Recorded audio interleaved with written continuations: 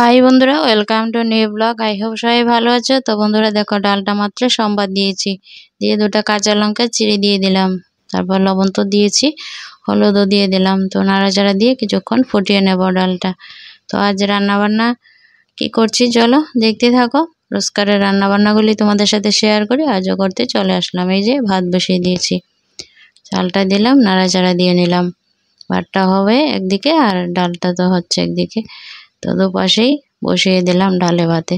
এই তো ডালটা হয়ে গেছে, এখন নামিয়ে নেব।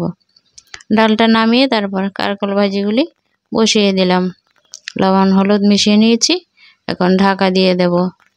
ঢাকা দিয়েছি, তারপর ঢাকার ভাপে সিদ্ধ হয়েছে, উল্টে পাল্টে দিলাম। এখন নাড়াচাড়া দিয়ে জাস্ট নামিয়ে নিলেই কারকল ভাজিগুলি হয়ে গেছে প্রায়।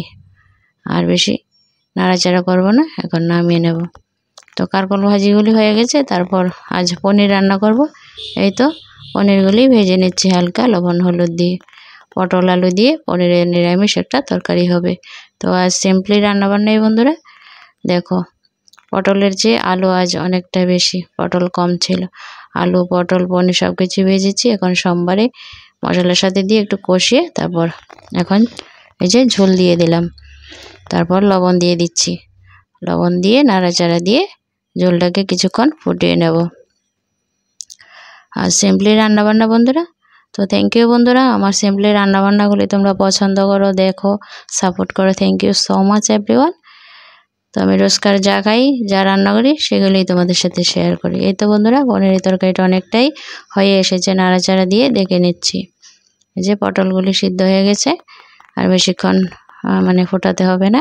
এখন কয়েকটা আলু একটু ভেঙে দেব, কারণ ঝোলটা একটু ঘন হবে, না হয় এই যে হালকা পাতলা দেখা যাচ্ছে। তো আলু পটলের হালকা পাতলা এই ঝোলটা হবে।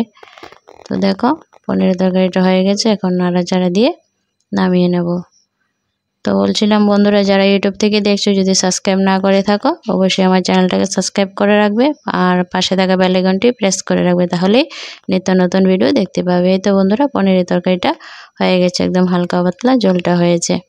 দেখো তরকারিটা দেখতে বেশ কালারটা সুন্দর হয়েছে, বলো। হালকা পাতলা আলু পটলের পনিরের তরকারি হয়ে গেছে। অবশ্যই জানাবে পটলের তরকারিটা দেখতে তোমাদের কাছে কেমন লাগলো।